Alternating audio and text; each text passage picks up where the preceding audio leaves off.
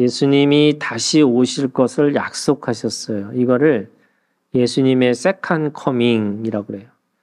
예수님은 한 번 오시는 게 아니라 다시 오실 것이다. 이렇게 약속을 하셨어요. 사람들은 그 다시 오실 것에 대해서 준비하는 신앙이 있어야 된다. 이렇게 얘기를 해요. 지금 이 베드로도 준비하는 신앙에 대해서 얘기하고 있어요. 그래서 예수님이 어떤 모양, 어떤 모습으로 우리 가운데 다시 오실 건데, 예를 들면 제가 늘 하는 얘기지만, 오늘이 4월 14일인가요? 네. 오늘 예수님이 만약에 내일 오신다 할지라도, 오늘 내가 죽으면 이 종말은 나한테 아무런 의미가 없어요. 그러니까 그게 의미 있는 걸로 들려지려면 어떻게 되느냐?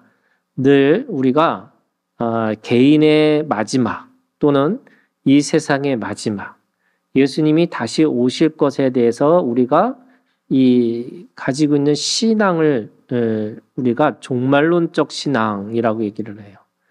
그래서 우리가 가지고 있는 신앙은 예수님이 다시 오실 거야 라고 하는 이걸 준비하는 신앙이라고 해요. 그래서 우리가 준비하고 있어야 되는 거예요. 예수님이 다시 오실 것에 대해서. 오늘 이 4장 7절부터 11절은 그 준비하는 신앙에 대한 이야기를 하는데 3가지를 얘기해요. 첫 번째는요, 여러분, 자기를 관리하는 거예요. 하나님 앞에 내가 어떻게 살아야 되는지, 내가 어떤 모습으로 하나님 앞에 기다리는 사람으로 살 것인지. 첫 번째가 뭐냐면요, 이거예요. 사람이 늘 외로운 거야. 그래서 그 외로움을 쫓아 보내려고 하기 위해서 사람들은, 대부분의 사람들이 뭐 하느냐면 내가 어디에 집중하고 살아야 된다. 이렇게 얘기를 해요. 그래서 우리가 매니아라는 게 뭐냐면 어떤 일에 집중하는 사람을 매니아라고 그래요. 또는 어떤 것에 열정을 갖고 뭔가 하는 사람을 팬이라고 그래요. 그런데 예수님은 우리한테 이 종말을 기다리는 사람들은 외로움에서 고독으로 가라는 거예요. 그 고독이라는 게 뭐냐면 하나님 앞에 머물러 있는 시간이에요. 사람들이 마음을 빼앗겨서 살아요. 내가 뭔가 열심히 하면 될 거다. 또 그 열심히 하면, 집중하면, 또는 집중하지 않으면 다른 사람들하고 경쟁해서 밀려날 거라고 생각해요. 근데 여러분, 하나님은 우리에게 뭐라 그러냐면 하나님하고 나와의 둘만의 시간을 갖기를 원하세요. 그래서 그거를 멈춤이라는 거예요. 그걸 고독이에요. 외로움은 다른 사람들이 만들어준 것이 외로움인데요. 스스로 내가 외로움 가운데 들어가는 거를 고독이라고 그래요. 그래서 우리가 신앙이 뭐냐면 내가 스스로 아무도 없는 그 속에서 하나님과 나만의 시간을 가지고 있어야 돼요. 그게 오늘 내가 종말을 준비하는 삶이라는 거예요.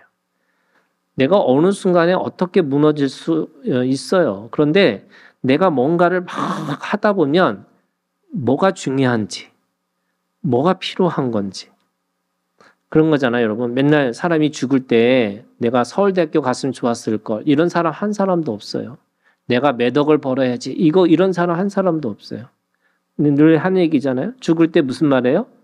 사랑해, 미안해, 고마워. 이게 무슨 언어예요? 생명의 언어예요. 근데 그거 하려면 어떻게 해야 돼요? 멈추는 거예요. 그래서 하나님과 나만의 시간, 고독의 시간을 가지고 있으셔야 돼.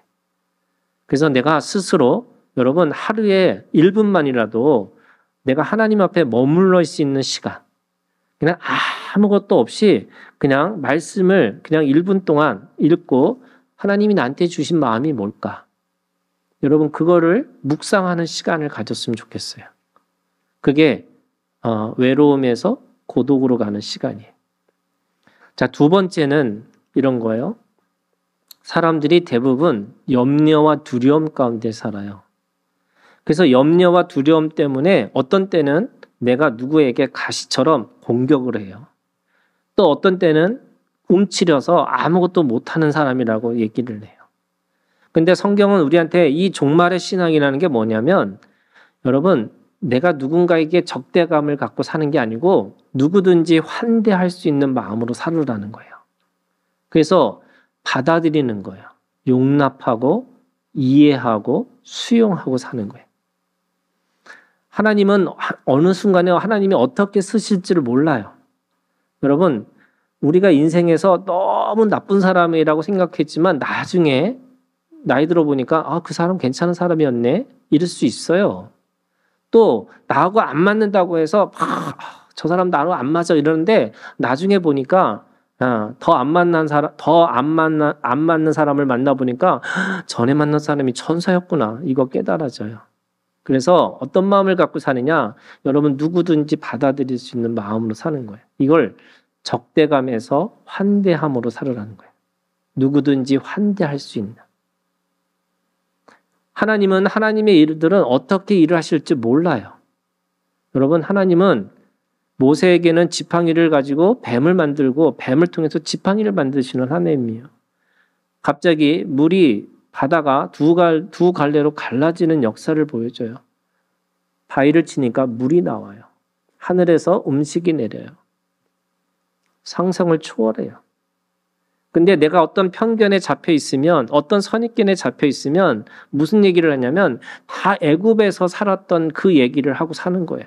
사람들이 상처는 힘든 거고 상처는 치유될 수 없는 거고 내가 하나님을 믿어봐도 그냥 별거 없는 것 같고, 그런데 여러분 그거 아니에요. 여러분, 하나님 안에서 놀라운 일들이 일어날 거예요. 그 기대하는 마음으로 누구든지 받아들이는 거예요. 환대할 수 있는 마음이 생기셔야 돼요. 자, 마지막으로 오늘 7절에 있는 말씀이에요. 만물의 마지막에 가까워 있으니 그러므로 너희는 정신을 차리고 근신하여 기도하라. 세 번째는 여러분, 우리가 망상만 하는 게 아니고요. 여러분, 기도하는 삶으로 사셔야 돼요. 기도가 뭘까요? 여러분, 눈 감고 내가 하나님 앞에 해달라고 하는 게 기도만 있는 게 아니에요. 눈 뜨고 말씀을 쫓아가고 말씀을 행하는 게 기도예요.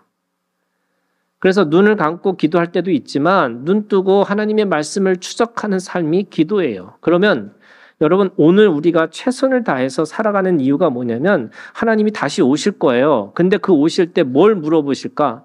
너 말씀대로 살았어? 너 내가 원하는 대로 살았어?